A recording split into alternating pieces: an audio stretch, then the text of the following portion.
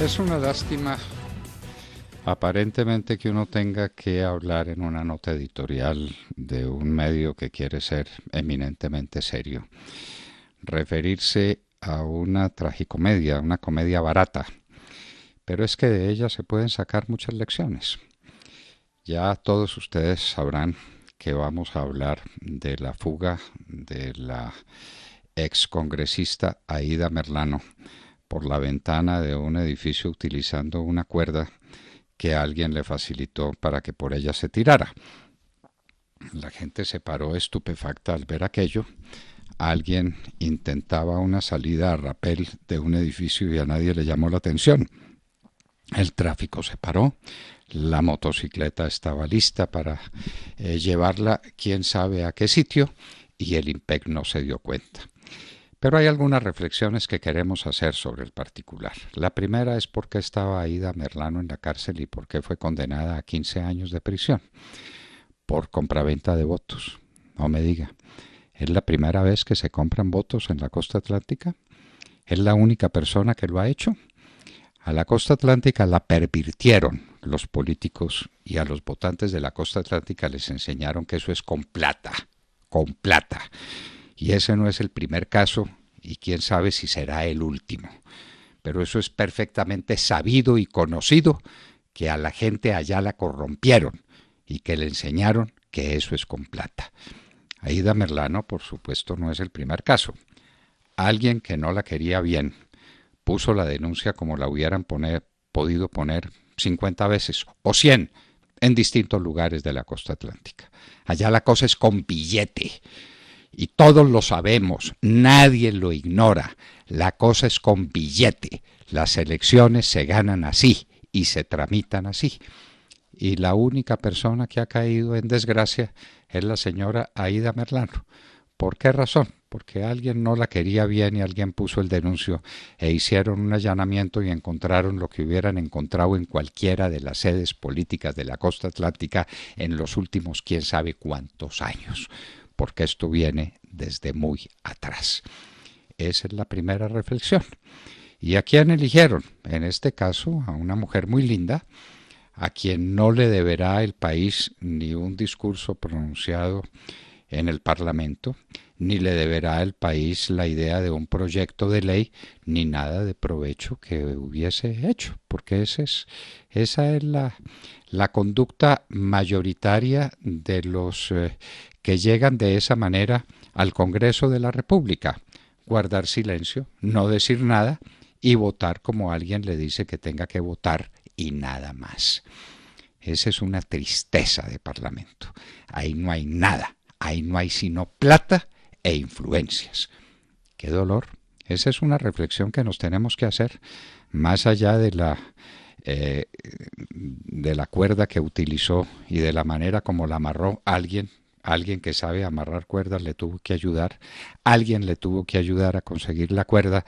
Pero ese no es el tema. El tema es por qué llegó esa señora al Parlamento. ¿Por qué fue denunciada esa señora y nadie más que ella en unas elecciones como las de la costa atlántica donde todo se tramita a punta de billete? ¿Por qué? ¿Por qué?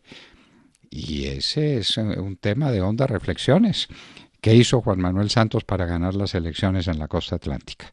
Pero si es que lo dicen, o es que no han oído a Ñoño y a Musa contar esto cómo fue, y esto viene desde muy antiguo.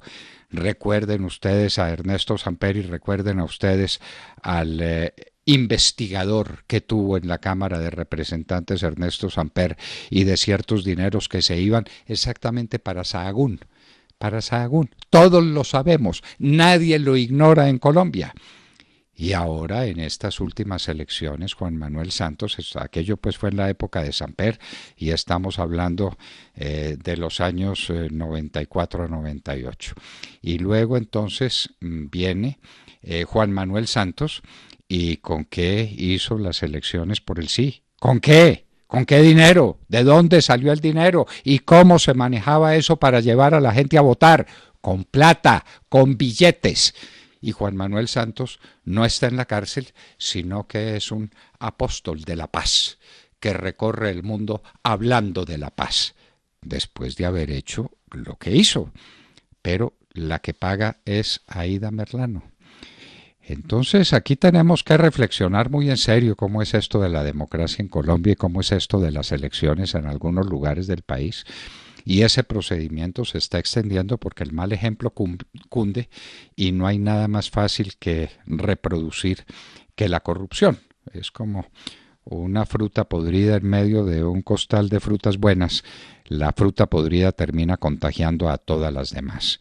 Lo de la costa atlántica se está extendiendo y cada vez más son los actos de corruptela, de bandidaje, donde a la gente la convencen con unos pocos billetes o con un poco de cemento o con un poco de madera para que lleve a su casa.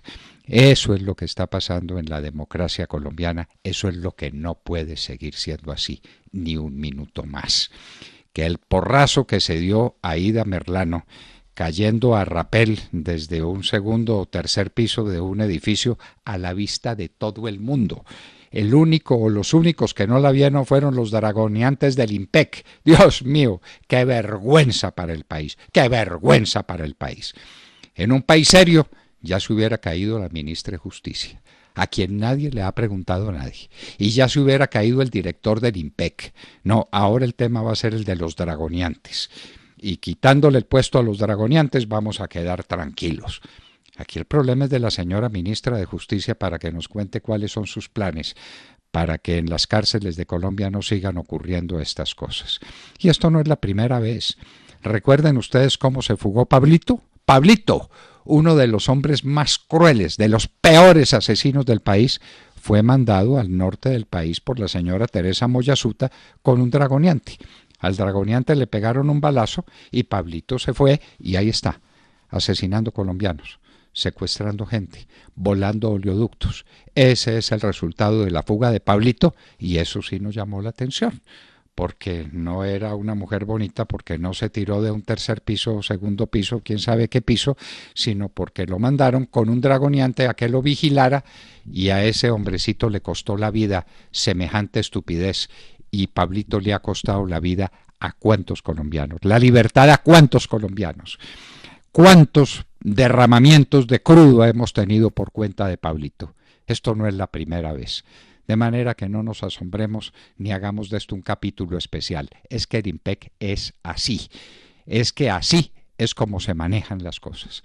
No cabe duda que en el tema de esta señora hubo dinero y probablemente mucho dinero de por medio para haber planeado y organizado las cosas, porque aquí todo se maneja con plata, porque todo es una corruptela. De manera que hondas reflexiones son las que tenemos que hacernos a propósito de un ridículo, del ridículo más grande que han hecho las autoridades penitenciarias en ningún lugar del mundo. Allá la estarían esperando todavía a la salida de una cita odontológica que se prolongó de las 10 de la mañana a las 3 de la tarde. Válganos Dios, válganos Dios. ¿Cuántas conciencias se compraron? ¿Cuánta gente que pudo reaccionar y no reaccionó? Porque aquí definitivamente no pasa nada. ¿Dónde andará la señora Merlano? ¿La volverán a capturar? ¿No la volverán a capturar? Esto es una novela de misterio. Probablemente no la capturen nunca y probablemente las cosas estaban suficientemente bien planeadas como para que se vaya a algún lugar del mundo a gozar de una fortuna muy grande que tiene la señora y que nadie tampoco se ha preguntado de dónde viene. Lo de Aída Merlano no es solamente una comedia con fondo de tragedia. Lo de Aída Merlano es el inicio de unas reflexiones serias y profundas que nos tenemos que hacer si los colombianos estamos dispuestos a tomar la vida en serio.